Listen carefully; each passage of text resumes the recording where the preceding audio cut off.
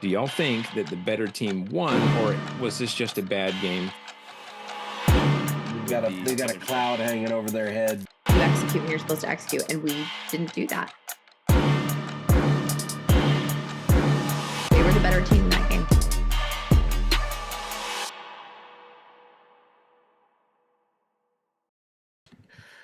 Well, we're at that time of year where every week ramps up the intensity, where every game is crucial in positioning yourself for a potential spot in the college football playoff. And we've got lots to talk about this week. Plus, we've got a very special guest who will be on later. But first, let's check in with our co-hosts. Matt, how's it going, my friend?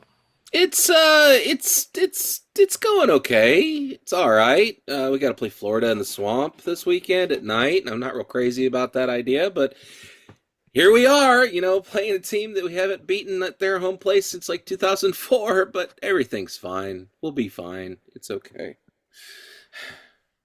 Jesse, how are you? Unwell. Jesse's definitely having a rougher time than I am. Matt's over here like, I'm not looking forward to this week. I'm like, I'm still not happy about this past week. Well, we played a cupcake. The worst thing we had to worry about was catching diabetes. So, yeah, I mean, it's not a big deal. My misery continues. Oh, well, yes. Your misery does indeed love company. The horrors persist. Yes. Yeah, well, let's go ahead and get into some of those horrors from last week and talk about what happened. Always remember, if you ain't first, you're last. I know, Jesse, you can be third, fourth, hell, you can be fifth. It's no, all, you can't. It's okay. But let's start off with a doozy from last week. South Carolina at Texas A&M. A&M winning this one 31-30, which seems, like if you're just looking at that, you're like, okay, A&M won a close one. Okay, well, that's not just all there was to it. So many miscues for A&M in the first half. There was interceptions. They couldn't cash in on turnovers. There's missed field goals. It was 30-3 South Carolina at half, and you're like, oh my gosh, this is the biggest collapse I have ever seen by a top tier team. And then if I can interject real quick, Wes, this felt like the South Carolina-Tennessee game a couple of years ago, right, when Hendon Hooker went down, and then it was just an absolute nightmare through the rest of the game. Like that's the kind of vibe I was getting. And if I had been an A&M fan, I'd have been crapping my britches. That's exactly what I was thinking. I was thinking, like, is this the giant killer South Carolina team that we saw a few years ago, right? Like, have they resurrected themselves? But then it's like in the second half, it's like they swap places, like legitimately. And so instead of an embarrassing collapse by A&M, it was an embarrassing comeback allowed by South Carolina. Or if you're an A&M fan, what a comeback and a potential Heisman moment for Marcel Reed. I know he had some turnovers in this game, but obviously the second half was a different story. This is the largest comeback in school history for Texas A&M. So, Jesse, let's start with you first. What were your thoughts on this one? I mean, holy moly. We're watching this game and I was like, I know I was talking about last week, maybe A&M hadn't been like tested yet fully. And I didn't think South Carolina was going to beat the test at home in Kyle Field, but okay. And then of course it's just like Shane Beamer, it's just everything fell apart. I mean, everything fell apart. Obviously, there were a lot of issues for A&M in the first half. That first half was just a struggle bus. I mean, we don't have to talk about it. 2 interceptions, fumble, like woof, right? But in the second half, there was redemption because first half, you have a South Carolina team that's coming in and they are the worst offense in the SEC. I mean, just statistically the worst offense, and they still tore A&M to shreds for 388 yards and 30 points in the first half. Okay. Wow. That is crazy. And then it was like, okay, now they're going to turn it around. The Aggies did not have much of a running game, which I think we would have anticipated them to get the run game going against South Carolina, but just 64 yards, lowest total this far this season. And they were able to finally get their identity. And like you said, their wide receivers stepped up. which was a huge advantage for them. And then they were able to get their defense back into this game. It was very exciting to watch if you were not a South Carolina fan in the second half, that's for sure. But it was one of those where I think, and we'll maybe talk about it a little bit later, maybe Shane Beamer's seat just went and turned up the heat, because I don't know that you can make a good argument for why you lose that big of a lead. I just don't think you can. You came so close to beating Bama, couldn't pull it out, but very close game. And your record's trash. And now you have this huge upset alert, and then it just crumbles. Matt, your thoughts on this one? I think Jesse hit the nail on the head. Like, this was a collapse of epic proportions, and I say that as a Tennessee fan that has seen lots of teams collapse over the last couple of decades. Just first off, for A&M to have 4 turnovers in this game and still find a way to win it is mind-numbing. I'm not sure how in the world that works out, but if you turn the ball over more than twice, that's usually an indication that you're going to lose that day. But to do it 4 times and still find a way to win is pretty impressive. Casey Concepcion again. Coming out of the woodwork, 7 receptions for 158 yards, plus a 42-yard punt return. Just that cat's nuts. Like, if you give him a lane, if you give him space, he's going to nuke you, and that's exactly what he did. And to go back to Jesse's point, I would make the argument that seat was already kind of toasty. He had the seat warmers on, so to speak. Which, by the way, if you have a car with seat warmers, then you know that that's a lovely thing in the winter. But anyway, I digress. I think that this loss might have just put a piece of plutonium under Shane Beamer's seat, because good God, just a collapse of an epic proportion is biblical in scale. Just an awful, awful, awful effort in the second half. We like to say that good teams find ways to make adjustments in the second half, and A&M found a way to make those adjustments. But man, you want to talk about some people that are wondering what in the world's going on in Columbia. I haven't talked to my buddy Joey, but he's a Carolina fan, and he has to be, he's got to be upset about that. There is not a cute Instagram video in the world that they can make right now that is going to save Shane Beamer. Yeah, could we see yet another? Or are we going to be doing another one of those segments at the end? But we've talked about it. If you do fire him, who the hell are you going to go get? Right. I don't know.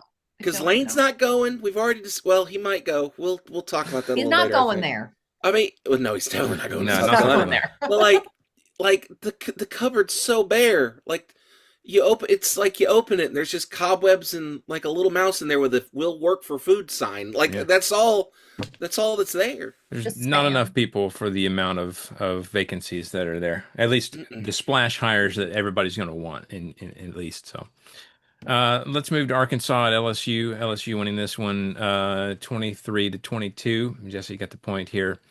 Garrett Nussmeier was out of this game with a aggravated abdominal injury that he had from earlier in the year, and so Van Buren got the start. Once again, the story for Arkansas is turnovers. You can see there 3 turnovers to LSU's 0. Still, they had a chance to take the lead at the end, but missed the field goal. So Arkansas with yet another close loss. And look, they are mounting for Arkansas. I know that they've had a lot of losses, and it's just been in brutal fashion. A lot of them have been very close games. So this was Frank Wilson's first win since taking over for Brian Kelly at LSU. So Matt, what were your thoughts on this one? I'm trying to figure out what the story is with Arkansas. I know that we got Petrino running the thing, and we're trying to kind of see where we're at. And it's just, I felt like this is a game Arkansas should have won. Taylon Green has a pretty good night. 17 rushes for 70 yards and a touchdown and a 2-pointer, 165 yards. But those 2 interceptions just are so. It's just a killer. And then, not to mention the fact that they stalled on the goal line. There's a lot of opportunity there where if Arkansas could just make 1 or 2 little moves, they find a way to win this ball game, and they get a win over LSU. When was the last time Arkansas beat LSU? It's been a hot minute, hasn't it? I Pretty don't know. sure it That's has the been. battle for the golden boot or whatever it is. So yeah, It's been a minute, I'm sure, but like just an opportunity there to for Petrino to kind of put a stamp on, this is what Arkansas football looks like under me, and he just couldn't get it done. Um, it, Again, you want to talk about two teams that are on weird trajectories right now. We're not real sure where either one of them are. right. I think LSU is probably glad that they found a way to win this ball game, but if you're Arkansas, you've got to be kicking yourself. Porter must be Oh, red in the face right now sure. after that one. Yeah, Jesse.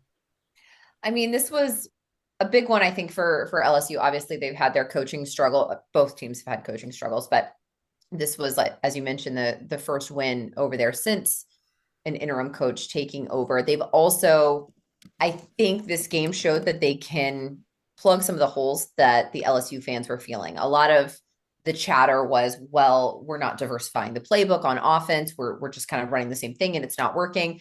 Alex Adkins is now the man in charge of diversifying that playbook. And I think he showed some of that on Saturday. They had 3 trick plays in a row in the third quarter. And this was the first start for Van Buren. And we obviously have seen him play before when Nussmeier has been taken out, but this is his first start and it's week 12. And he connected with 9 different pass catchers. The rushing attack went for over 145 yards, and the offense, I think, didn't look as anemic as it has in several games. So if you're an LSU fan, I think that's some encouragement that maybe there's some life left and there's something to hold on to there for whoever your next hire is. But again, I think Matt kind of hit the nail on the head of, I really don't know what to say about Arkansas. I mean, I truly don't. I don't know what's going to fix it. I don't know who's going to fix it. And I don't know who's going to go there to fix it. It just, I don't know. Coach O's going there to fix it, according to everything I've been reading on Twitter. Interesting. I've That's also the seen name I him keep seeing swirl around. connected with some other vacancies too. I Yep. don't know. Who knows? There's just rumors flying everywhere these days. That's all we can do because there's just no one. Yeah. By the way, just for your own edification, guys, Arkansas has beaten LSU once out of the last 10 tries. Wow. Gotcha. Yeah. So that's again a missed opportunity there to get the golden boot back in Fayetteville, and it just comes up short. Yeah. All right, let's move to Oklahoma at Alabama. Oklahoma winning this one 23-21. Matt's the only one to pick OU, so I was kudos right. to you, my friend. Jesse, I'll just real quick and then I'll turn it over to you. I know you got lots of thoughts, but OU with 17 points off of 3 turnovers, which also snaps an Alabama 17-game home winning streak. And then my only other thought was, and I'm sure you'll elaborate on this, is Simpson was uncharacteristically inaccurate. However, I felt like a big part of that was the pressure that they were able to get on him as well. Without further ado, Jesse, turn it over to you. Yeah, we lost on homecoming. So that's not great. That's the first time we've Who lost. scheduled Oklahoma for homecoming? Right. No, we should have scheduled Eastern Illinois like we're That's playing this week. that's bad planning on y'all's part. Yeah, it was. But this is the first time we've lost on homecoming since 2001 when we lost to LSU. So it's been a hot minute. And it doesn't feel great. I can tell you that right now. But at the end of the day, we were outplayed and we were outcoached. I mean, just I don't care how much Brent Venables and Kalen DeBoer look alike, because good gracious, they look oddly similar. They do. It We were outcoached. I mean, Kalen DeBoer's handling of the last like 5 minutes of that game was just so poor that it didn't seem real almost. Alabama played an Oklahoma defense that we've talked about a little bit before. They were fast, they were physical, and they forced us to put the ball on the ground, which is what I've been saying all season. We have no running game established. We have no identity when it comes to the run game. And we were forced to do it because we were getting so much pressure on Ty Simpson and he was becoming very inaccurate. I mean, they forced him to throw that pick 6 and then we're forced to run, but we have no run game. I mean, we simply just did not take care of the football. And Oklahoma's defense and special teams, because their special teams is part of that as well. The kicker was 3 for 3. And their punter had some great punts. They forced us to do something that made us very uncomfortable, and they capitalized on us being uncomfortable. And Oklahoma scored 17 points off of 3 turnovers. Insane. Brent Venables is an incredible defensive mind. I mean, that's no surprise. We know that. We've seen him elsewhere. And he's been one of the best defensive coordinators in college football. And he showed that. I mean, he dialed up pressure like most teams have not against Ty Simpson. And he was pressured the entire time. I mean, 16 times, 16 pressures, sacked 4 times, and threw a pick 6. That is just not something that we've seen from him this season. The only thing that I will say that was I guess a light in the darkness is, even though we don't really have an identity on the run game side, Daniel Hill did emerge as kind of the standout back for us.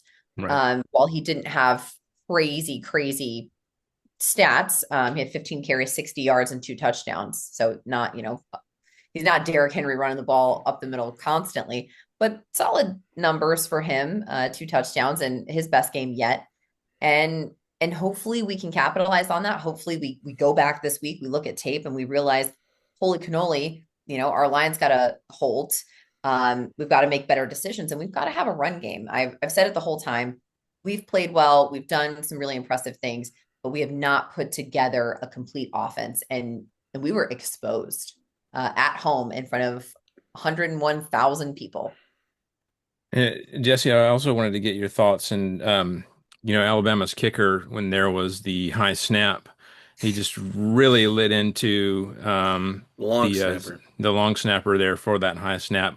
What are your thoughts on that? Because that's just, he's been eaten alive in the comments most everywhere. So I get being frustrated because obviously, like, the Alabama fans that have been around as long as I have, we're triggered by kickers. I mean, we are so triggered, it's bad.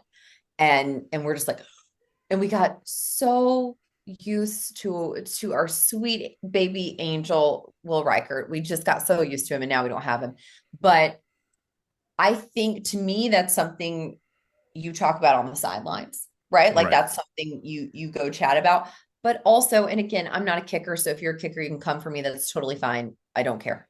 I think you need to be able to adjust, right? Like, that's a high snap. I know it takes a second, but I feel like you're a college kicker at a premier program. You need to be able to adjust a little bit so it's not that wonky. And the holder did a great job of getting it down. Great job. Holder did a great job. Because as they zoom in, I'm like, oh, it must have been a terrible hold too. It wasn't. Yeah. To me, that felt like, okay, it's easy to point out the mistakes of others, but let's also self-reflect. Right. Let's also take that in. This has been Philosophy Corner with Jesse. Matt, your thoughts? Listen, we've been talking about this Oklahoma defense as being lights out pretty much all season, with the slight aberration that was the Texas game. I mean, Oklahoma's done a great job of staying on top of things. And I think a lot of what happened with Oklahoma was just the fact that Mateer wasn't ready to come back. I still say they rushed him.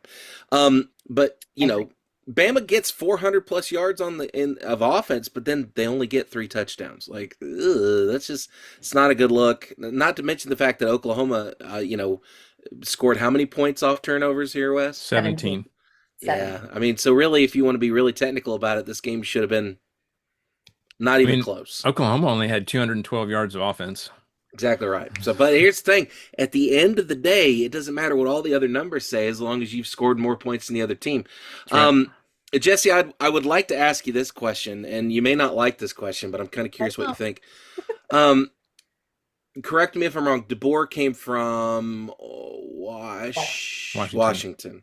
Do you think maybe this is a coaching philosophy issue of why we're seeing no run game to speak of? Because the Pacific Coast, whatever, those teams out west, they aren't real big on running the ball. They never have been. They're very much a throw it out into space and let's see what happens. I'm wondering, and I just kind of put 2 and 2 together on this.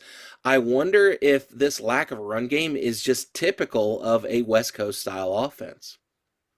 That's actually a really good point. I hadn't considered that before. And I mean, we've seen, I think in the past couple of years, even on the SEC side, we've seen the offense change pretty dramatically. I mean, once we got like Jalen Hurts, and then we had Tua, and then you're going to Mac Jones. As we progressed through quarterbacks, the run game just wasn't there for us anymore. I mean, once we lost like Derrick Henry and Bo Scarborough, you just stopped seeing the crazy impressive backs, but you started to see that at every team. But And yeah, I then was about to say now, an argument could be made that running backs in the SEC have changed overall completely. yes. They because you don't have the big gigantic bruising, running through the A gap for 4 yards. Like we don't do that anymore. Now it's veer and shoot. It's the option. Well, I mean, it's changed in the NFL. If you look at their contracts, catching stuff out of the backfield. yeah, Exactly their right. their contracts are so much smaller than, you look at your wide receivers and everything. Mm-hmm. But if you have a really good back, your team can really feel way more balanced. I mean, you gotta have it. And we talked about it last week. You shut down our pass game, which they did. We will lose. If we do not clean that up, then I am so not looking forward to going to Jordan Hare. I cannot tell you how much I'm not looking there's forward. some bad juju there. Ooh. Yeah, we're going to get there sort of because there's a situation that they're going to adjust so that someone can play in the Iron Bowl. We'll talk about it later. Next is Florida at Ole Miss. Ole Miss winning this one 34-24. I got the point here. And it's interesting, and we'll talk about it later. Or we talked with our guest about this as well, about how Florida just played a really good game overall in this one, but in the end, I don't know if Ole Miss just was able to pull it out, or maybe they were just a little bit too much in the end for Florida here. But Matt, what were your thoughts on it? I mean, Ole Miss just finds a way to get it done here. It doesn't help when DJ Lagway has some struggles here and there. He did look pretty good, 218 yards and a TD with those 34 yards. But the problem is, just after the half, they couldn't get a whole lot else done. I think Lagway threw one pick, which obviously was a big one. You know, the real thing that you kind of have to keep an eye out for is if you look at the fourth down percentage in this game, Ole Miss went 5 for 7 on fourth down. Like that's extra drives that they got because they were able to convert on those fourth downs. And I think Ole Miss going for it on fourth down. I am shocked. I know, weird, isn't it? It's just the analytics of it. Obviously, Lane's got that figured out that if you got an opportunity to go for it on fourth down, just go for it. I mean, what's worse is going to happen? You can turn the ball over. You can do that anyway when you punt it.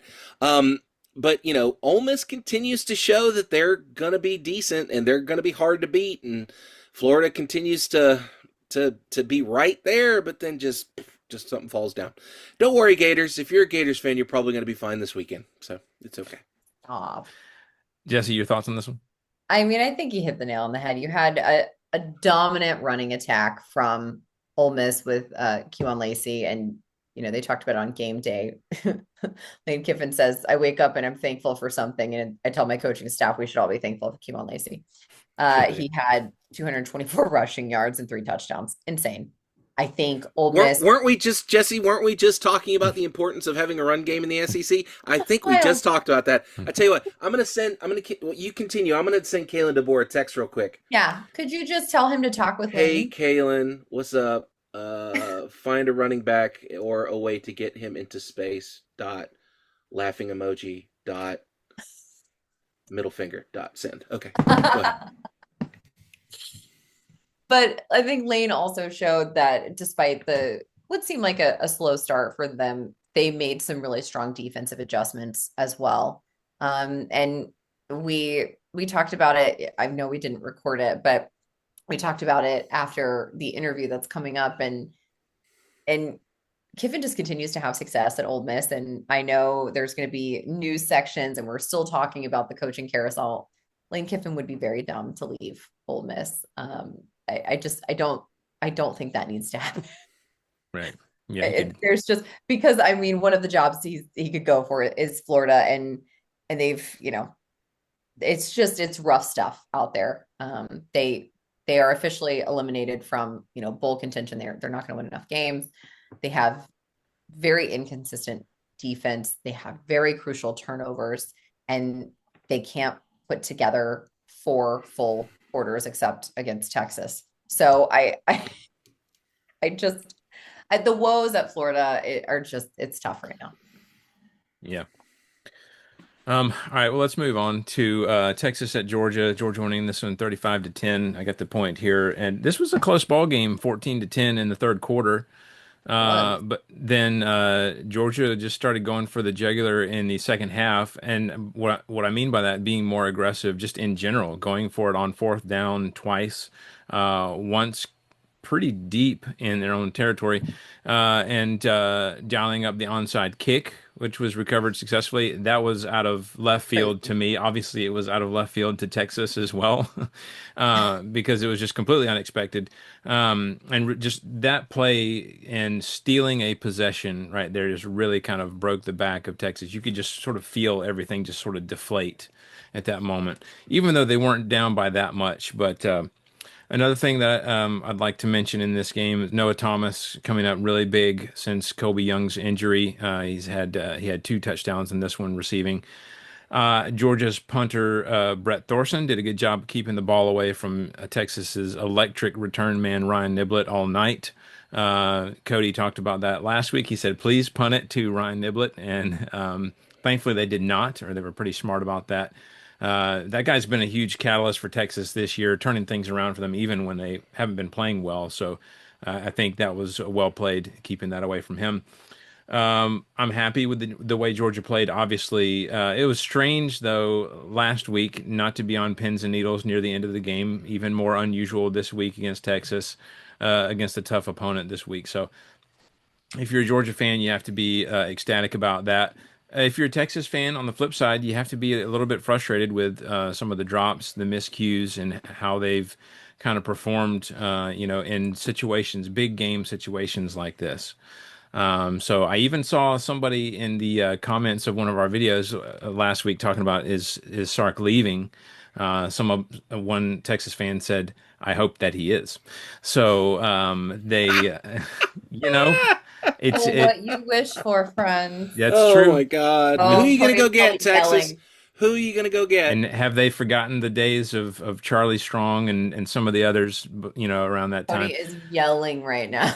Uh, Anyways, Jesse, what were your thoughts on this one? I mean, I think you hit most of it. It was a game that was very entertaining to watch for the first half. And then it slowly Then it became very wasn't. not entertaining to I loved the watch. second half, but Yeah, I'm you sure that love was the just second Georgia half. fans. I mean, yeah. Again, Texas, I'm sorry, but if you're a Texas fan that says you hope Sark is leaving, get right. Like, get right and really stop and think about who you're gonna get. Who Right. you gonna get? Just please put it in the comments. Who you gonna get? Because I don't know. Mac Brown ain't coming back. So where are you going? I don't think they'd take Mac back even if he I did don't want think to they come would. back. I don't Right. think they would. Uh, And would you blame Mac? The way they treated Mac at the Oh end? God, Come no. on. No. Oh God, no. no. Absolutely not. Absolutely not. Matt, your thoughts on this one? I, I anticipated this to be a little bit closer of a game. I was a little disappointed that it turned into a blowout. Just mistakes. Like you said, there were drops. Only the one interception for Arch, but a lot of drop balls. 9 penalties in this game. It's quite a few for Texas. Just a lack of execution is probably a great way to kind of describe how that effort looked. Georgia continues to find ways to be, in the mix. Georgia's going to continue to probably find a way to get to Atlanta come December, if things pan out the way they might. So, I mean, Wes, I know you were trying to avoid a trip to the Dome, but looks like you may get it after all. Yeah, and I would kind of like to avoid that. In some respects, I'd kind of like to avoid being in the top four. I don't think first round buys worked out for the teams last year. I'd much rather host a first round playoff game in Athens. We'll If see. they would do what they're supposed to, and then you could host a second round game in Athens, but we won't do that because we got to keep the bowl tradition. Right. Exactly. So yeah, we'll see what happens with that. There's a lot of stuff still up in the air with the SEC and what teams might go to that one. A lot that can happen. So Let's move to Mississippi State at Missouri. Missouri winning this one pretty soundly, 49-27. Matt got the point here. No Pribula, apparently no problem for Mizzou, and why not when you have a running back like Ahmad Hardy, who may just be the best running back in the country right now, finishing with 300 yards. 300 yards. That's right, not a typo. And 3 touchdowns on 25 carries. Matt, your thoughts on this one? Hold on, I'm doing math. Yeah, so 25 carries for 300 yards is 12 yards a touch. That's ridiculous. 12 yards a touch. The first down every time he touches the ball. Let me say that one more time for the kid in the back that's got the pencil in his ear. 12 yards a touch. You're averaging a first down every time you touch the ball. So, yeah, Ahmad Hardy goes off in this. You want to talk about a nuclear talent right now? He's showing that, he's got to be moving up those boards. I don't know exactly where he is as far as class. I think he's a junior, right? I'm not sure. I don't think he's a senior, but I don't foresee him, not going anywhere higher than the second round next year in the draft if he decides to come out. Missouri takes care of business here. I thought Missouri was going to find a way to win. I didn't think they were going to do this, but they did do that. So Mississippi State just continues to kind of shoot themselves in the foot. 3 turnovers in this game, 7 penalties, just not able to kind of execute if you want to knock off a somewhat good team like Missouri. Yeah, and they're quite optimistic. Pribula may come back sooner than they first thought, so they might get even better. So I don't know. Wait a minute, you said sooner. Why is he going to Oklahoma? Wait a minute. This is terrible. All right. So, Jesse, your thoughts on this one? I mean, who needs him when you have Hardy who runs for 300 yards? Get a first down every time you touch the ball. Yeah, which is more than, the entire offense for Mississippi. I think if you added up the total yardage for like every other game for the top rusher and all those other games that we've talked about so far, I don't think it's close to 300. It's not going to reach that. I mean, this game, the outcome is what should have been the outcome. You know what I mean? Yeah. That's all you need to know. And they won, and they still had a lot of turnover. There was 3 turnovers from Mississippi State, 2 for Mizzou. So this one was expected. Yeah, and the only other 2 we had were obviously blowouts. Tennessee Tech at Kentucky, which we talked about with our guest on the interview a little bit because he was there. And then, Matt, do you want to say anything about New Mexico State at Tennessee? Tennessee took care of business. There's not a whole lot else to say other than it was nice to not have to be stressed during a game for the first time in about 4 weeks. Yeah. All right, that does it for last week's games. Pick'em standings, I've got 37. Jesse has 32. Matt has 30. Helmet stickers. Jesse, who are your helmet sticker recipients from last week? Much as it pains me to say, I think I have to give one of them to Brent Venables because he just beat our ass. A headset sticker. Did y'all see Brent Venables was at the Clemson game last weekend when they had a bye and he was wearing Clemson gear? Oh, really no, weird. I missed that. Yeah. Yeah, it was really weird. Like seeing Brent Venables in like a Clemson paw jersey or paw polo. It was really strange. I'll find the picking. Go ahead, Jesse. Orange is not his color. No. Yeah, I think I talked about it. He devised a defensive scheme and truly exposed us. So we were incredibly outcoached. And he gets a helmet sticker, even though he doesn't wear a helmet. So that's one. And then Kewan Lacey, again, I already talked about it, 224 rushing yards, 3 touchdowns. He's just an absolute workhorse for Ole Miss. So he gets one too. Matt, your helmet stickers? Yeah, by the way, I just figured out that Brent Venables' son, Tyler, plays at Clemson. That's why he was there. Oh, okay. That makes more sense. Anyhow, my helmet stickers. Tate Sandell, kicker from Oklahoma, scored 3 field goals by himself. 1 from 25, 1 from 52, 1 from 24. So pretty good little day there. Wes, why are you making that face? I'm just looking at the screen over there. Face. I was worried. I was worried, man. I can't help what my face looks like, Matt. I thought maybe I had the wrong week or something. I was worried I screwed up.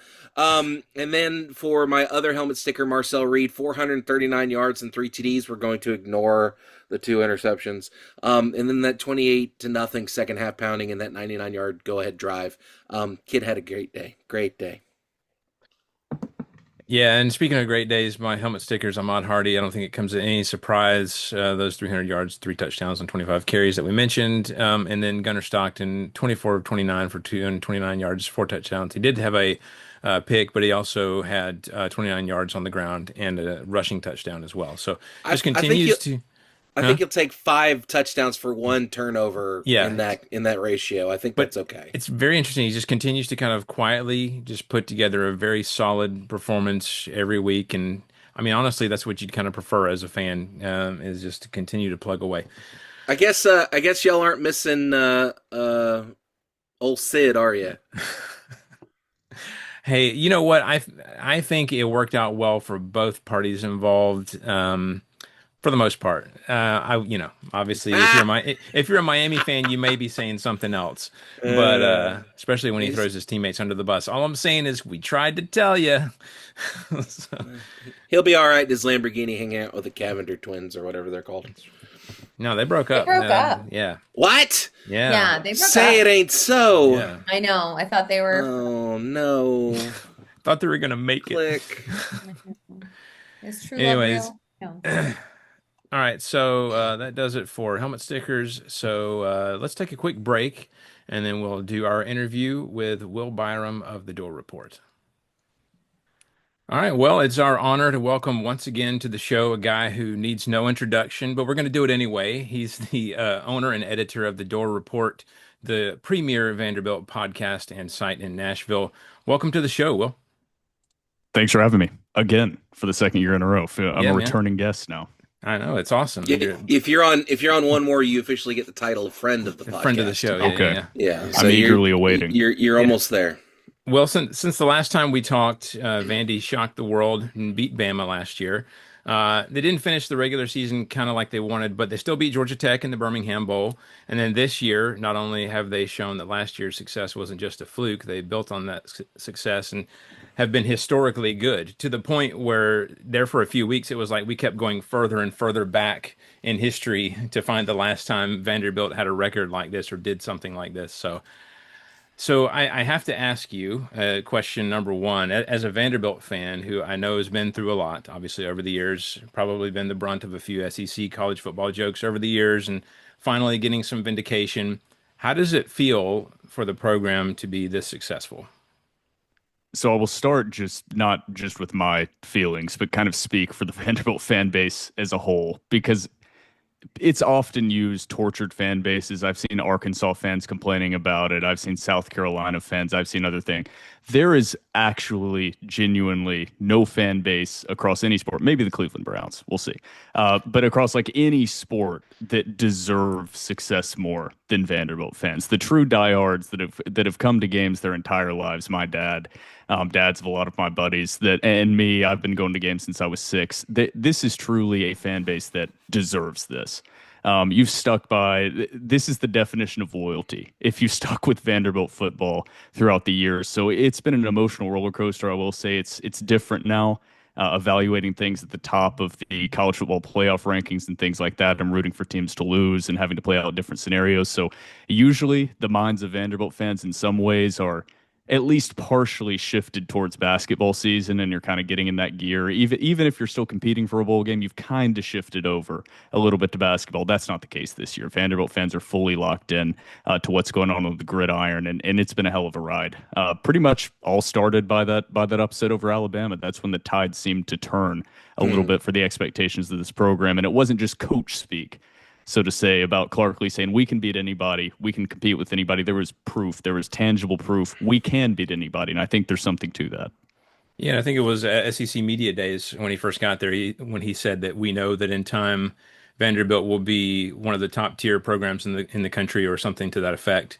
What does Clark Lee bring to the table that past Vanderbilt coaches have not? So I'll start with the positives on Clark Lee, but it's a lot broader than that. You know, the landscape of college football has changed so much.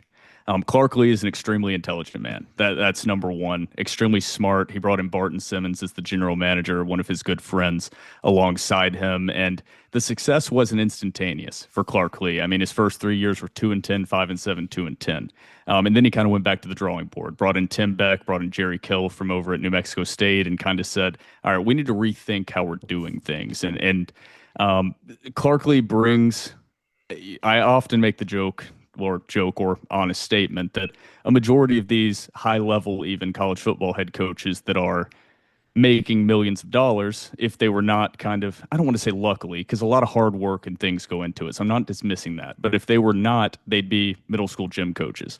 And that's oftentimes like these are not guys that would otherwise be CEOs of companies. That's why guys like Nick Saban are so massively successful, because he is one of the extremely intelligent cases. You see it across the country with clock management, and you think, an 11-year-old on Madden could manage the game better than these guys are. They just struggle with real-time decision making and breaking down the analytics. So number one, Clark Lee's extremely intelligent. They've approached it kind of from a different perspective. A lot of graduate transfers. They've specifically targeted trying to find those diamonds in the rough. Like, for example, their wide receiver number 2, Trey Richardson, D2 Washburn transfer. Now, where Clark Lee has benefited is they have a new chancellor in Daniel Diermeyer that's a lot more sports forward looking than Nick Zeppos and other chancellors of the past that have almost had a negative view of Vanderbilt sports and college sports. Like, why are we wasting our time on this? First, Diermeyer views it as the front porch of Vanderbilt University. So there's that, and then you can branch off further and just say the NIL and transfer portal has just given Vanderbilt the opportunity to pay players just like everybody else. There's the quote that I believe was a source of Brett McMurphy that said, "The only pure thing left in college athletics is Vanderbilt, and Vanderbilt sucks." Well, now everybody can pay players, and Vanderbilt just wasn't doing that before. So that's part of it. The playing field is evened a lot more for Vanderbilt, evened out. Before, you were basically, some schools were paying players. Anybody that denies that is just dumb. But I mean, I think hopefully we can all agree on that guys were getting paid under the table. Right. But in reality, some in cheeseburger bags. or in McDonald's bags. Thank you. Or in McDonald's bags. Yeah. But the other side is you were competing with, take the paying under the table out of the picture, as I've already mentioned. I mean, you're competing with fan base size, you're competing with historic program success, recruiting these guys in. Now it's like Vanderbilt can pay these guys and say, we'll pay you, $800,000 versus this school is going to pay $600,000. For Vanderbilt becomes a lot more appealing in that aspect. And with revenue sharing now being in the SEC, basically the SEC and Big Ten are going to be the only schools that can really compete in the quote unquote salary cap era of college athletics that's coming up. So it's a broad scale of things that have led to Vanderbilt being able to be more competitive. And also it helps when you strike gold with Diego Pavia as well as your quarterback transferring from New Mexico State. That always helps a coach look a lot better.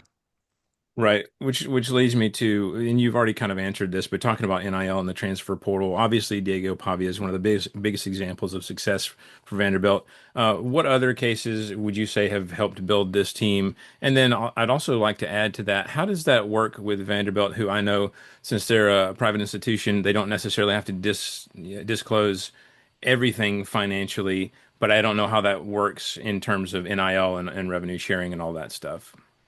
I mean, the NIL stuff is all under the same restrictions and guidelines as everybody else, where they don't have to disclose more works with like their coaching staff salaries. Like anybody that's telling you what Clark Lee's being paid is either getting that from sources that's not having to be released publicly, like right. You do with an LSU or a Tennessee or something like that. What was the beginning of that question? I got a little sidetracked. Yeah, no, see, we were talking about NIL and the transfer portal, and obviously Diego Pavia is the biggest example of that. But like, what are some other big cases that have really helped build this Vanderbilt team? So, to not overstate things, basically the entire roster. I mean, you look at guys, their star tight end, the second biggest star, and is the biggest NFL prospect on this whole roster is their tight end Eli Stowers. He also came from New Mexico State. I mean, just all across this roster, you have guys that were in the transfer portal. 4 of their 5 starting offensive linemen, transfer portal. Zaylen Wood on the defensive line, transfer from MTSU. Their safety, CJ Hurd, transfer from FAU. One of their corners, Jordan Matthews, transfer from Tennessee. It's just all across this roster. Their wide receiver number two, Trey Richardson, already mentioned him earlier, transfer from Washburn. Just all running back MK Young, also a transfer from New Mexico State.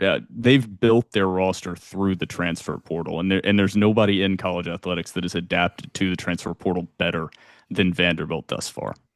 Gotcha.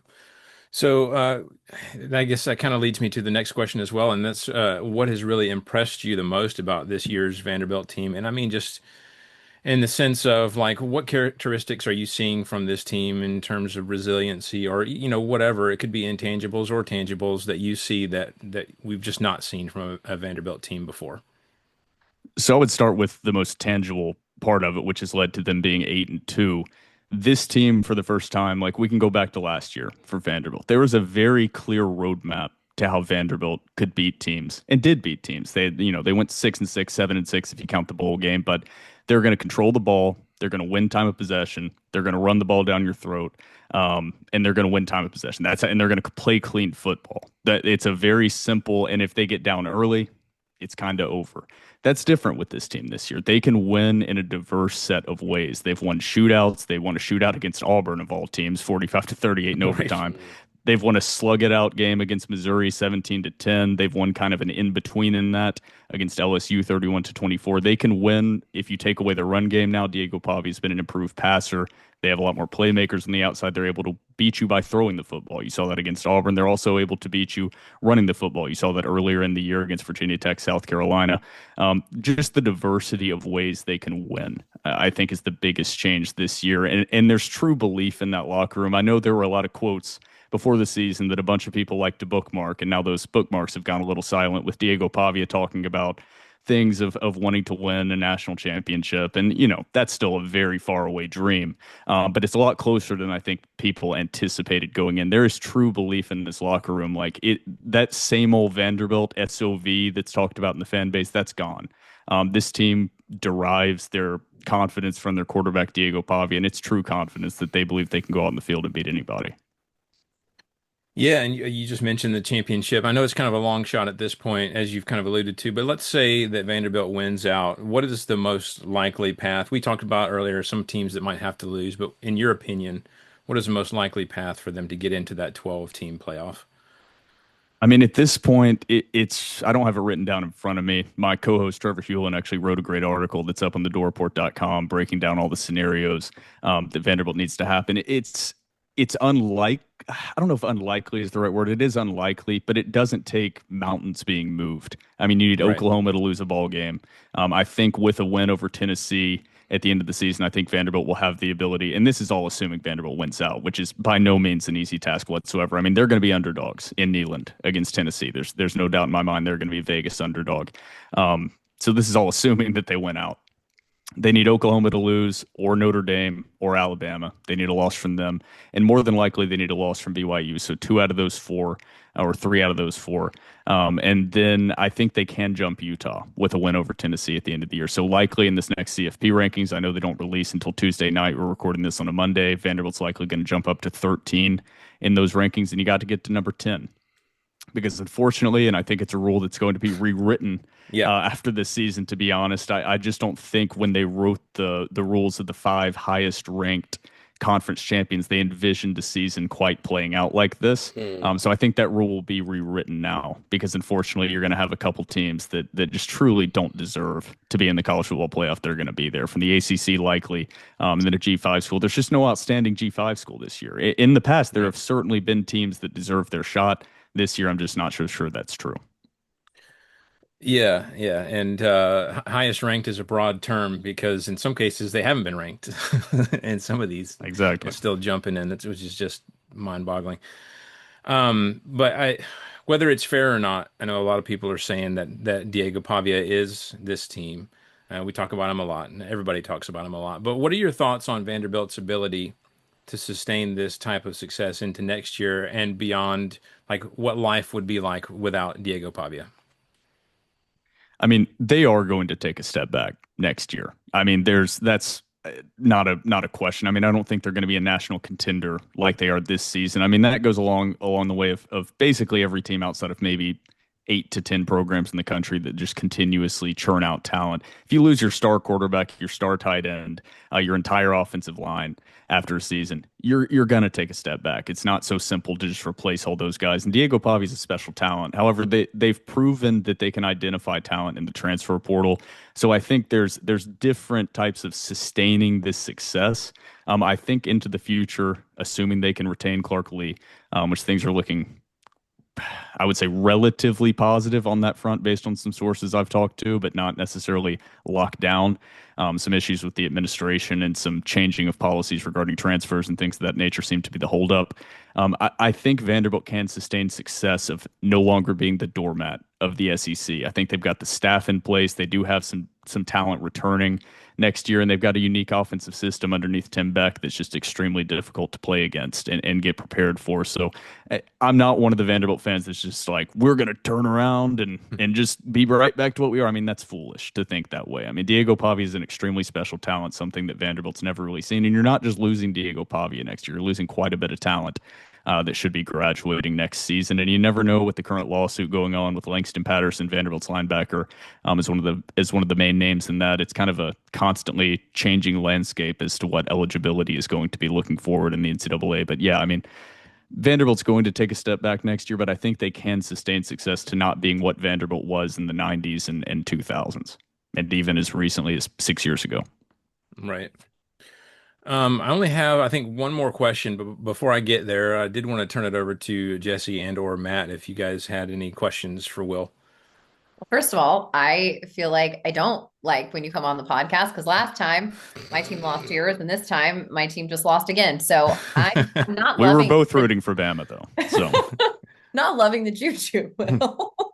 But talking about Diego Pavia, and it's obviously this is not an NFL podcast, but I just think it's fascinating because he's played quite a bit of time in college, whether it's JUCO or now, and he's at the forefront of eligibility and all of that. But he has said that he's going to leave Vanderbilt. He doesn't plan on staying another year. They're just using his case to move the case forward. Do you think Diego Pavia translates to the NFL?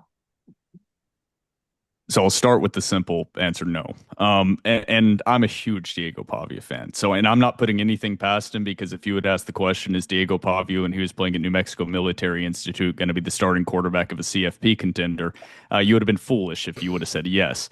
So I'm not putting anything past him, but I'm going to be honest, he's a great college quarterback. And we've seen a lot of great college quarterbacks that just don't translate to the NFL. The number one issue with Diego Pavia is his height.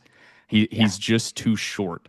I've been at fall camp practices. I've stood next to him. He's listed at 6 foot. I am 6 foot. He is not 6 foot. That's the number one. That's the number one. In his cleats and with a helmet on, I still have him beat.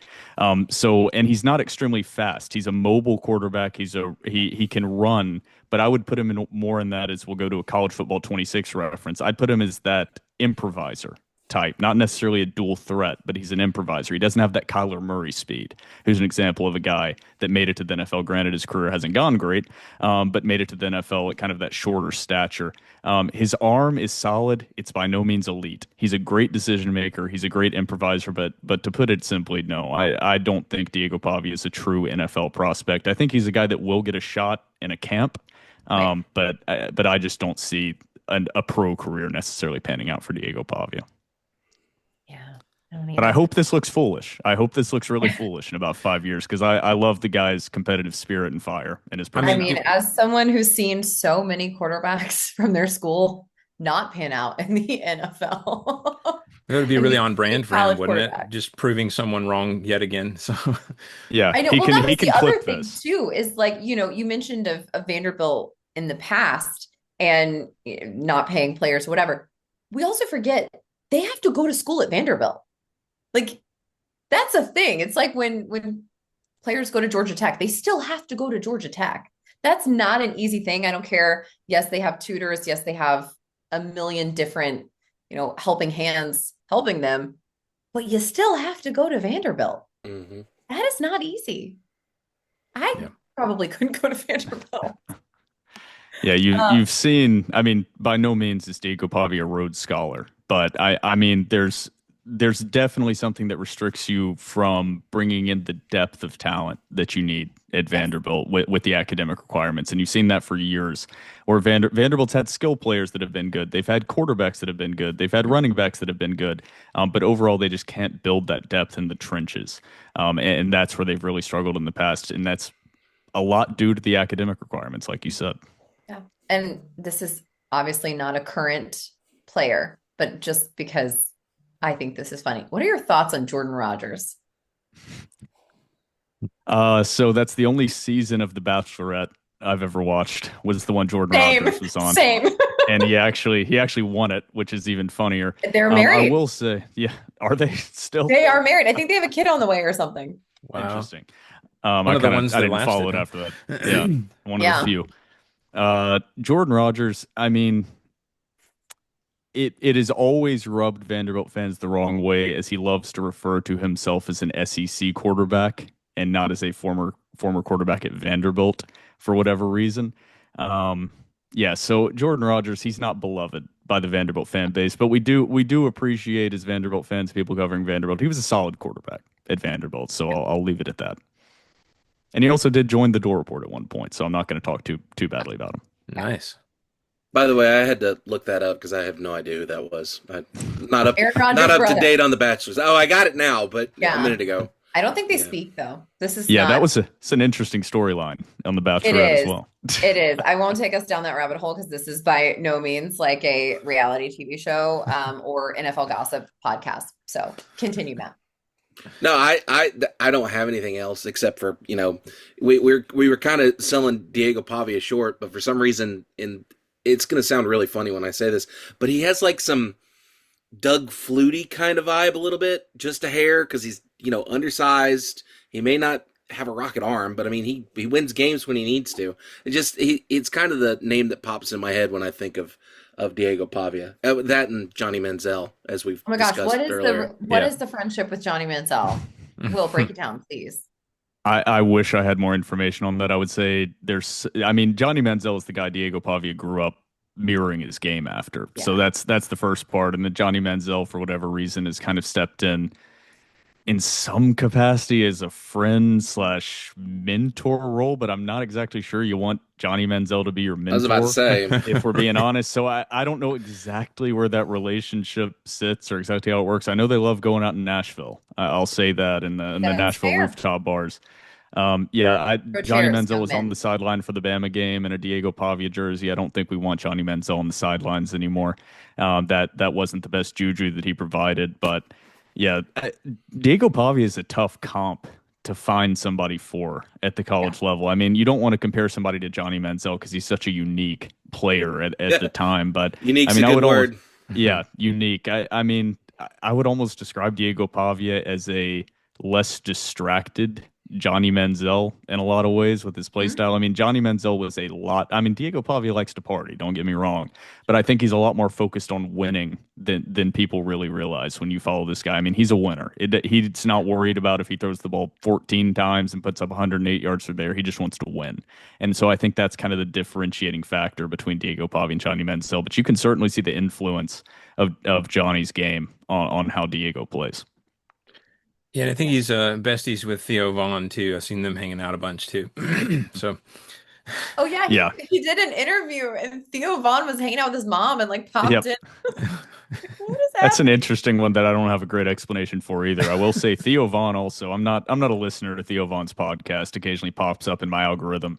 Yep. But I will say I also think Theo Vaughn, he lives in Nashville. I think he's been utilizing the Vanderbilt football workout facility because I saw a video of him and he wasn't always the biggest guy. He's yoked now. So I think he's utilizing that Vanderbilt workout facility as well. right. I must be getting old because all these names sound fuzzy. I know who Theo Vaughn is, Yeah. but I had to go through the Rolodex in my Right, brain right. like Theo Vaughn. Oh, that guy. Yep. Okay. Well, The guy with the mullet.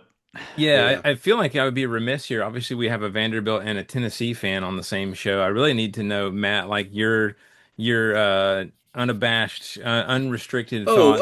Hey, on- it's not even on- this week. I got to worry about Florida. I know, before I but gotta like worry the about Vanderbilt. opportunities here, like No, let's look. Okay. I can do Cracks the unabashed knuckles. opinions. Just hold on a second. Let me get my mind right. Listen, I'm happy for Vanderbilt.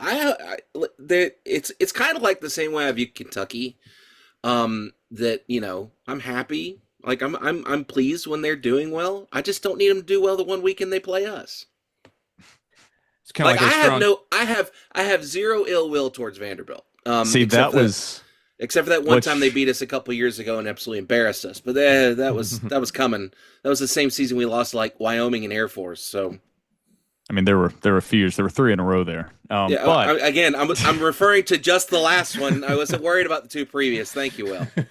uh, yeah, I mean, I think that's the take a lot of Tennessee fans gave as like their political take before the season began and last season. Now the vitriol that our Twitter has from Vol Twitter is Oh, really? insane. Now that they're Okay. actually You also competing have to and consider better the and ranked. platform too. I want to go on record also as saying, and this will be on the internet forever, so I want to be very clear about this. Vol Twitter over the last year has taken a very hard swing. Just they've gotten a lot more militant, I guess is the right word. A lot like they were already kind of at the beginning, but they've definitely ramped up that intensity over the last year or so. I I'm not remember real Vol sure Twitter why. is the reason Greg Schiano didn't get hired at Well, Tennessee. I think that might have gone to people's head a little They bit because rioted. just some of the stuff that you've said. Well, to be fair, it was Greg Schiano. Do you I blame know. I'm us? just saying they got their way, and now they're like, oh, okay. Yeah. Little cockiness came back in, but yeah, like I said, kudos to Vanderbilt. I just don't need them to be good that last Saturday in November. So I will push back on that a little bit. I'm not saying that you shouldn't feel that way, but I think back in the day, especially when it was, just the top two teams that got to play each other, you wanted everyone to be really good. That way, when you played them, you were beating a really good team, and you wanted everyone to finish well in that season as well. But nowadays, with all the chaos that can happen and needs to happen in order for teams to get a playoff slot, I think that that's diminished a little bit, at least from my perspective, where you don't necessarily have to have everybody at a high level in order to do good things. What do you say, Well, Will? this is the interesting part of what Vanderbilt fans are going to have to rationalize in their brains, and I've seen people trying to fight it as much as they possibly can.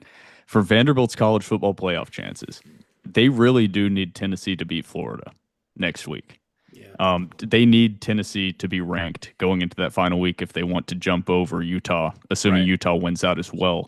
They need Tennessee to be ranked in the college football playoff rankings, and so it's not that I'm a Vanderbilt fan through and through. I cannot say that I'm rooting for Tennessee, but for the first time in my life, I'm not rooting against them in that Florida game. If I look up and Tennessee's up 28-3, I'm going to be pretty happy with that. And so from your lips this to is God's ear. sacrilege. This is sacrilege that I'm putting out there right now. But and I could get roasted for this, but realistically, if you're a Vanderbilt fan and you can't put aside your hatred as number two and put aside your Vanderbilt fandom as number one, then I'll say you're not a true Vanderbilt fan. You've got to look at this strategically now, like with what you're saying. It's not just about number one and number two getting in. If Vanderbilt wants one of those spots in the college football playoff, they need Tennessee to be ranked going into rivalry week. Well, it almost sounds like you want to say go Big Orange. I'll do it with you. We'll do it together. You want to do it? Over my dead body. That's fair. That's I fair. love it. Did you guys have anything else for Will? All right, so real quick before we go, like I saw Will that you were at the Kentucky game. Did you see anything? Obviously, Vanderbilt Kentucky's coming up. Did you see anything from Kentucky in that game that tells you what Vanderbilt needs to do in order to be successful in this game? They need to play their game. I mean, you didn't see a lot. So I went to Tennessee Tech, so I'm a Tennessee Tech alum. And of course, Tennessee Tech was 10-0 going into that game and number 5 in the country in FCS. I will say what disappointed me is I've watched as much Tennessee Tech as I can is their head coach, Bobby Wilder, basically came out and said, I didn't make this schedule. I hate the fact we're playing Kentucky this late in the season. When I'm making the schedule, we're going to be playing them at the beginning of the year and then focusing on our games that matter. He basically came out and said, this game doesn't matter to us. We've got an FCS championship we're vying for. We've got an OVC championship we're vying for. And Tennessee Tech's kind of a throw it around type of team. They just ran the ball up the middle a lot. They didn't even try against Kentucky. I mean, I know that's an exaggeration. Of course, your players go out there and try, but Tennessee Tech did not game plan to beat Kentucky. And Kentucky basically, which is what you see a lot in FBS versus FCS, matchups. Kentucky just ran the ball down Tennessee Tech's throat for 5 to 6 yards of carry. So Cutter Bullies slinging the ball around. I didn't see anything out of Kentucky that makes me think that Vanderbilt can't just go out there and play their game and beat Kentucky. I think Vanderbilt from top to bottom is a better team than Kentucky. I don't think Kentucky has an elite passing offense, which is what scares me with Vanderbilt's defense. That's definitely the weak point of this Vanderbilt football team is their pass coverage.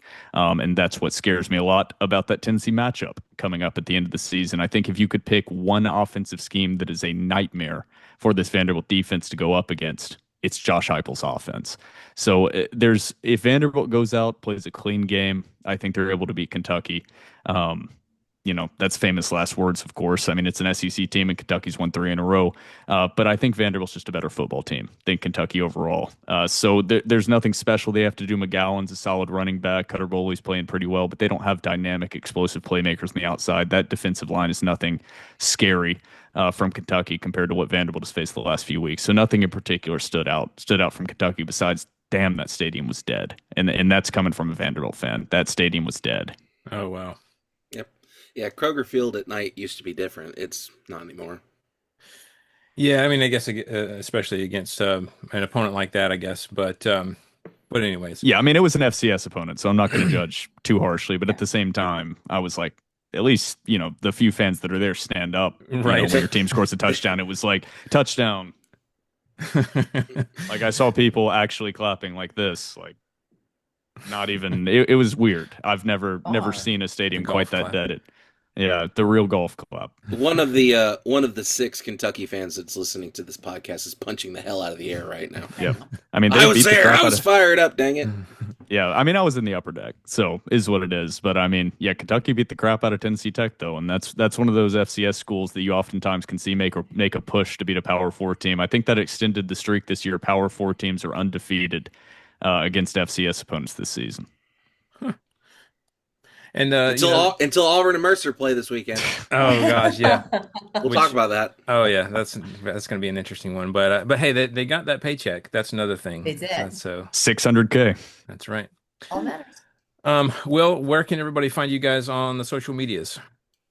So you can follow me at the Will Byrum on Twitter. You can follow the Door Report across basically every platform at the Door Report. We release podcasts Wednesday mornings across YouTube, Spotify, Apple Podcasts, all that stuff. And if you're interested in more Vanderbilt content, you can go to thedoorreport.com and subscribe to a monthly or premium annual membership to get access to our premium message board and premium content.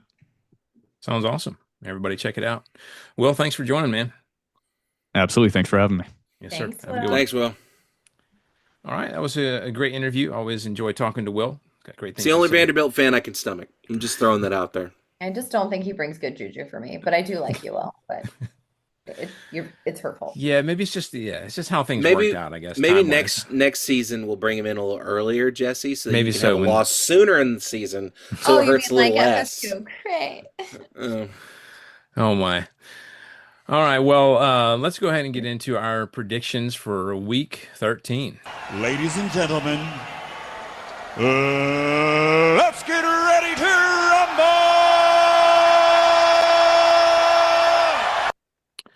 All right, first up on the list for next week is Samford 1-10 at Texas A&M 10-0. Yes, this is the week that all the other conferences in college football make fun of us for, and it should be adjusted soon when we move to those 9 conference games. What, next year? Isn't that next year when we're starting that? It's very soon. Sounds right. Anyways, so this upcoming week is the much maligned week for SEC teams. Anyways, that is noon on SEC Network Plus. Matt, what's your prediction for this one? Samford's 1-10. I don't honestly can remember a time when Samford did anything of import. So, yeah, give me Texas A&M here, 42-10. Yeah, Samford is 8th in the Southern Conference, and their lone win is a close one against VMI. Just throwing that out Ooh. there.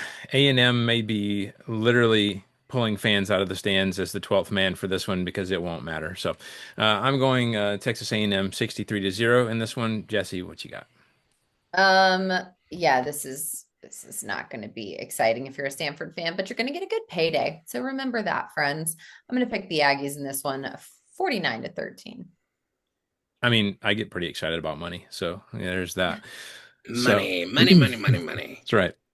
Next is Missouri 7-3, 3-3 in the SEC at Oklahoma, 8-2, 4-2 in the SEC. This is one of the more interesting matchups of the day. Noon on ABC. Matt, what's your prediction for this one? Yeah, Oklahoma's defense is just too daggum good. I don't foresee them really letting Missouri get ahead in this. I think they'll be ahead most of this game. I am going to run this back just a hair. I was going to say 28-14, but Okay, I'm going to move it back to 24-14 Oklahoma. Just because reasons. just because reasons. Yeah, I mean, and some of those reasons, I mean, OU desperately needs this one to stay in the playoff conversation. I think that certainly motivates them. Plus, they're at home.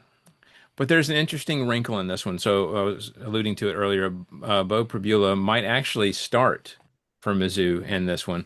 You know, he had that dislocated ankle a few weeks ago, but it wasn't fractured, which apparently only happens in like 1% of ankle dislocations like that. Wow. So it truly was the best case scenario for him if that had to happen. But it'll be something interesting to watch. So we'll see what the deal is with that. And then the question is, if he returns, could it be too soon, like a similar to a Mateer situation earlier in the year? Either way, though, I think Oklahoma still wins. I'm going OU 24-17. Jesse, what you got? Yeah, I think Oklahoma's on a high after their big win against Bama. Obviously, Mizzou took care of business against Mississippi State, but not quite the same sweetness of victory there. And this one's in Norman. So I think the Sooners take care of business. I'm going to pick them 27-20. All right. Next is Charlotte 1-9 at Georgia 9-1, 12:45 on SEC Network. Matt, Stop it. They're already dead. what's your prediction here, Matt? In Charlotte, the 49ers. Yeah, but it's I think 1949, right? Because that's the year that Oh, they we've talked were about this. basically saved as a university, I Yes. think. Okay. I was trying to remember and I Because they couldn't were going to remember. close, So and then somebody, yeah. right, Anyways, right. Somebody came out of the woodwork and yeah. helped them to go 1-9 on the season. Yeah, Georgia's not even just this is a little speed bump for UGA. I say 48-3 dogs. Yeah, the spread is UGA by 44.5 here. I don't know why they even released one. I think this is going to be similar to the A&M game, for A&M this upcoming week, but I think it's a little lower scoring. I'm going to go Georgia here, 56-7. Jesse, what you got? Yeah, this is just stop. Just give them the money. Don't make them come. Just send a check. Bulldogs, send the check. Bulldogs 49-10. Send your Venmo. Wouldn't that be something? That's like the new thing. They We're should not gonna play. I'm honestly, just Venmo should sponsor the game. That'd be incredible. It really should. Next is Eastern Illinois 3-8 at Alabama 8-2, 2 p.m. on SEC Network. Plus, Matt, what's your prediction? This is a directional school. You know how we all feel about directional schools. Bama rolls here 49-6. Yeah, the Eastern Illinois Panthers are 8 in the OVC Big South Conference, and they will happily accept their big payout, as we just talked about. I'm going with the Tide here, 59-6. Jesse? Yeah, this is the Cash App game of the week. So I'm going to pick Bama in this one to help lick our wounds, 41-6. Yeah, so next is Mercer, 9-1. Yes, that's right. Our very own Mercer Bears out of Macon, Georgia, at Auburn, 4-6, 2 p.m. on SEC Network Plus. Matt, what you got here? Listen now. Listen. I'm going to say some things. I'm going to need you to listen to me. Mercer's scary good. This is a Mercer team that has been very dominant top to bottom over this season. Hold on, I was going to pull it up and forgot to. They've been murdering people. Now granted, they play, I don't remember which particular thing they're in. They're in one of the Southern Conference. They're in the same one as Sanford, right? Yeah, I'm not sure. I think that's right. But this is the top 10 CFP team. Wait, no, CF. What do we call them? I'm having a brain fart. Help me out here. CFP? Yeah, or is that us? I don't remember. Are you talking about? What are you talking about? Talking- Playoffs? Or are you talking about like the No, I'm level? talking about the level. FBS. FBS? FBS. Thank you. That's I knew it was in there somewhere. So many But, like, letters swirling around. Right, but like listen to these scores over the last couple weeks. They played UTC, they beat them 63-17, 49-47 against Western Carolina, which was a corker if you didn't have a chance to watch the end of that game. 52-28, 62-0 against VMI, 45-21 against Samford, 38-14 against Princeton. This is a Mercer team that can put some points up. That being said, they're going to get close. I think it's going to be late. I think they find a way to lose this game. I still like Auburn, but it's going to be awful tight. So I like Auburn here 28-24. And for Mercer, they were so intimidating. UC Davis didn't even want to play them. They canceled. No, UC Davis said no, thank you. So, I don't know what the circumstances of that are. But anyways, look, there's no line on this game for what I'm seeing, which means I assume that they think Mercer's going to get killed. But I got to say, not so fast on that one. Not because I think Mercer's going to win, but I just don't think it's going to be a complete rout as they're expecting. So I'm going Auburn here, 28-14. Jesse, what you got? Because I am just so triggered by playing at this place, I think that Auburn must be saving up all the Jordan Hare juju for after Thanksgiving for the Iron Bowl. And I imagine they'll have a little bit of a slow start here, and Mercer might feel real good, getting real close. I think in the end, the Tigers pull it out, but it's going to be a closer one than we think. So I'm picking Auburn 24-20. Also, did you know that Ashton Daniels can only play in one more game for Auburn and preserve his red shirt? So he's actually sitting for this one so he can return and play against Alabama the following week. Why would he not? So be interesting Great. to watch. Love that journey. for Jesse, him. I really feel like you should drive down to Warner Robins so the three of us can watch the Iron Bowl this year. Love this journey for him. I think that could be fun. Would it? I have watched a few Iron Bowls with Jesse and family, and it's always an interesting time for sure, regardless of what happens. So, let's see who's next. Arkansas 2-8, 0-6 in the SEC at Texas 7-3, 4-2 in the SEC. That's 3:30 on ABC. Yeah, this is the ABC game. Matt, what's your prediction for this one? Why did they put this on at 3:30? Listen, no disrespect to ABC. I know that they shelled out the bucks, but that 3:30 spot should be the spot. I don't care what anyone says. The 3:30 game is to be the spot. I'm so sorry to derail us, but I need to have this conversation for a minute because it's been an ongoing argument with a Big Ten fan. Okay. What are the two primetime spots on Saturday? 3:30, 7:30. Yeah. Okay. Big Ten, and maybe other Big Ten fans, you disagree. Big Ten is saying early slot, like noon Eastern, 11 Central, and then the late game. They're saying that the mid game. Jesse, I have an explanation. Would you like to know what that is? Yeah, is it because they're Big Ten fans? No, they're at a higher line of latitude. Therefore, the sun this time of year comes down at a lower time. And they didn't have lights in Big Ten stadiums until like the Reagan administration. So, of course, they have to play the big game at noon. It's dark by 4 o'clock. Right. That makes sense. That's fair. I mean, I understand. I get it. The big noon kickoff. Yeah, sure. Go for it. You can have Urban Meyer on there talking all you want. But also, right. As SEC fans, we know nothing but like the old SEC on CBS, the 3:30. 3:30. And that's what I'm trying to say. I'm like, that's the primetime slot. And they're like, no, it's not. And I'm like, yes, it is. And then you have the other primetime at 7:30. We're not even awake yet for the 11 o'clock game. I mean, in Tuscaloosa, it's 11 o'clock. Nobody cares. Look, brunch starts at 11. Like, new kickoffs are not a thing, okay? Let's just chill with that talk. I'm simply not going to skip brunch. You had a lovely Bloody Mary. Oh, Lord. Okay, I'm sorry. I didn't mean to derail us, but that's been bothering me. Listen, all the Big Ten fans that are going to see this on YouTube are going to be screaming in the comments. But that's okay. That's okay.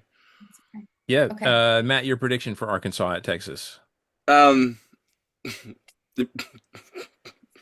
We've discussed the issues with Arkansas. No disrespect to 2-8, 0-6 in the SEC, Arkansas, but Texas isn't going to have any trouble with this. I think they're going to be a little pissed off after what happened last week. So 33-16, Texas. Yeah, I think Texas is looking to bounce back at home. It's hard to pick Arkansas right now until they fix their turnover issues. Until they prove that they can finish off a big game, I just can't really go with them. So I'm going to pick Texas here, 35-24. Jesse? How funny would it be though if this was the game where they all got it together They though? just figured it Ugh, out. Yeah. ugh. I mean, Florida did. Um, That's I true. think Texas is big mad because there was a lot of hype this past weekend and they didn't quite live up to it. So I think they're big mad. I think Arkansas is real big sad. I believe the Longhorns are going to take care of this. I think Arkansas is going to continue to struggle with ball security. So I'm picking the Longhorns 31-17. All right. Next is Kentucky, 5-5, 2-5 in the SEC at Vanderbilt, 8-2, 4-2 in the SEC. This is 3:30 on ESPN. Matt, what you got for this one? There's an old CBS exec spinning in his grave right now with Kentucky and Vanderbilt at 3:30 on a Saturday. Yeah, we talked about it with Will. This Vandy team is built different. Previous years, this probably would be a game. Not this year though. Kentucky has not really done anything to instill confidence. I like Vandy here, 42-21. Yeah, I mean, Cutter Bowley for Kentucky's looking good, and Kentucky's looking much better than they were earlier in the year. But I just don't think that they're ready to clash with a quality SEC team like Vanderbilt. Which, let's just pause after that statement. And can you imagine if we took a sound clip of me saying that and played it back when we first started this show in 2017? No shot. To think, Wes, what you're insane. We would You're have thought actually insane. Kentucky would have killed them. Yeah. I just watched Back to the Future the other day, and the part where Marty's explaining to Doc that I'm from 1985, and he says, "Well, who's the president in 1985?" And he goes, "Ronald Reagan, the actor." Like that. That would have been us as well. Like Vanderbilt's 8 wins. Right. Yeah. Anyways, I mean, I got to go with Vandy in this one. I'm going Vandy 31-21. Jesse? Yeah, these two teams are not who they were 6 years ago. I think, despite the fact that Kentucky is doing a little bit better and Vandy doesn't have the most stellar defense, their offense for Vandy is going to take care of this. So I'm going to pick the Commodores in this one, 30-21. All right. Coastal Carolina, 6-4 at South Carolina, 3-7. What the, 4-15 on SEC Network. Matt, what you got? Jesse, name that mascot. Coastal Carolina. They're Ooh. they're Pirates, right? No, that's Eastern. That's Oh, Eastern Carolina. Eastern Carolina. What's Coastal? Coastal Carolina is the Chanticleers. Chanticleers. Chanticleers. Okay, Yeah. I is always that a think pirate? about, I don't even remember the guy's name, but This the this the this we is need a more dogs. Remember that this coach for the yes. This is a chicken fight, essentially what this is. Oh, that's right. It's the Gamecocks versus the Chanticleers. Like it's a chicken fight. And if anybody's ever watched a chicken fight, that they're not very exciting. A lot of feathers flying, but at the end of the day, it's just Very two bad. pieces of poultry banging it out. So that being said, I think Carolina finds a way to get this. Oh, excuse me. Let me be very clear. Let me be clear. To be Which quote a Carolina, former yeah. president, South Carolina wins this thing 30-14. Oh, yeah. So, if they had to do away with the Hardee's Trophy for South Carolina versus Clemson, I think they should bring it back for this in-state game just to have fun with it, It has to be like the Chick-fil-A or the Zaxby's Bowl. Like they There you go, can't. something with a chicken or Yeah, yeah. can't be Hardee's. Seriously though, I don't think this one's going to be close. I'm going South Carolina here, 38-14. Jesse, what you got? I mean, I don't know. I don't think South Carolina is going to lose, but I don't think they're absolutely going to curb stomp the Chanticleers. So Gamecocks in this one, 24-21. Who knows? Whatever. All right. Matt, we're moving to Tennessee, 7-3, 3-3 in the SEC at Florida, 3-7, 2-5 in the SEC. That's 7:30 on ABC. That is the second primetime slot there. Matt, what you got for this one? Y'all go ahead. I have to ruminate. I'm gonna ruminate Okay. for a moment. Tennessee's favored here, but only by 3.5 as of this afternoon. Anyways, when I was checking things, so goodness, I mean, I could literally flip a coin on this one. I'm probably going to regret this, but I'm going with the Gators at home. It's a tough environment. It's against a big rival. I think they'll be hyped up for it. I am going to go with the Gators here, 27-24. Matt, are you ready, or does Jesse need to go? No, let Jesse go. And All then right, go. What you got, Jesse? Oh, you did that. I did. I feel bad a little bit. Whoa. I I I disagree, my friend. That's I fair. understand that Tennessee's defense has been, and I'm sorry, Matt, abysmal. But I the just secondary. I want to clarify. It's the The secondary. secondary that's been abysmal. It Run is the game's pretty secondary. good. Run game's pretty good.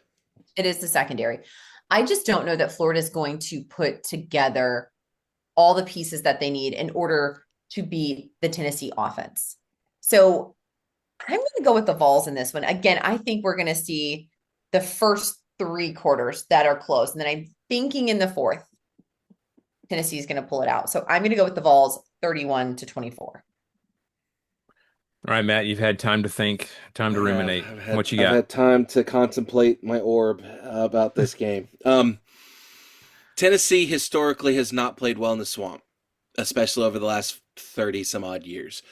Tennessee struggles mightily in the Swamp. The last time that Tennessee won in the Swamp, I do believe, was my freshman year at Tennessee when we went down there and beat them. I think that was the last time. I'd have to go back and double check, but I'm pretty sure that was the last time that Tennessee beat Florida at the Swamp.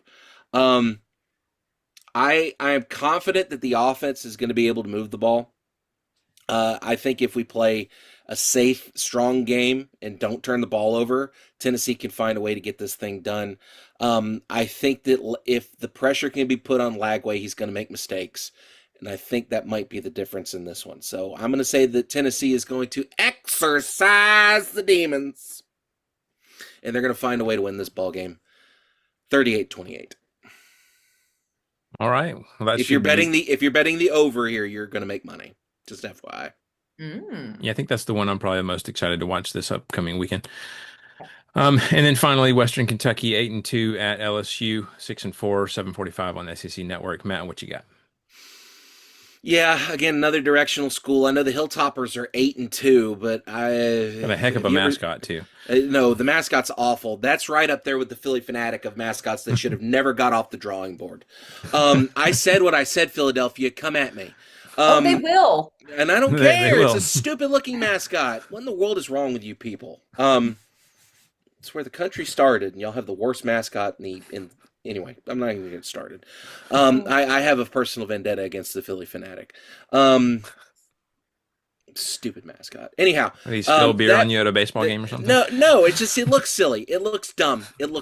Like mascots are supposed to, I know that, it's a mascot, it's supposed to be fun. It looks stupid. I know, what but I said. even though it looks stupid, you have to say the gritty or whatever for the Flyers is actually like kind of wild and kind of cool. We hates it, Precious. We hates it. That being said, LSU is probably going to win this thing, but who knows? I mean, it just kind of depends on which LSU team decides to show up here. I originally was going to say 35-14. I'm starting to feel a little bit less confident in LSU, so I'm actually going to change this to LSU 26-14. All right, so I actually changed mine because you had, but I'm going to change it back to what I originally had. So it's this is another one I think that probably won't result in an upset, but I think it also might be more fun than anticipated. So obviously LSU's got the more talented roster and depth will allow them to run away in the second half, I believe. So I'm going to go LSU here 35-14. Jesse, what you got? I think that this one might be interesting to watch for the most part. I do believe that the Tigers are going to start to run away with it just a little bit in the fourth. So I think Western Kentucky puts up a little bit of fight, but LSU 28-17. All right. That does it for the upcoming matchups. So let's get into our outro here. If you guys would like to email us, please do so at pigskinsandpageantry@gmail.com. We are at Pigskins and Pageantry on TikTok, Instagram, and Facebook. We are at PPSCC Podcast on Twitter. And don't forget, we are available for download on pretty much all the streaming platforms out there. If you enjoyed the show, please subscribe and review 5 stars. We'd love that. Increase our visibility, have chances of having more conversations with wonderful people like yourselves. We do want to give a shout out to Will Byrum of the Dole Report. Appreciate him joining us this episode. And until next time, this is Wes Go Dogs. It's fine. We're fine. Everything's fine. But for the love of God, practice a run game this week, or I swear we will be having a different conversation next week. Roll Tide. Roll Tide. Just so dainty, so demure, so mindful. Listen, September 20th, 2003. I was at that game. That was the last time Tennessee beat Florida in Florida. For the love of God, Vols, find a way. Go Vols.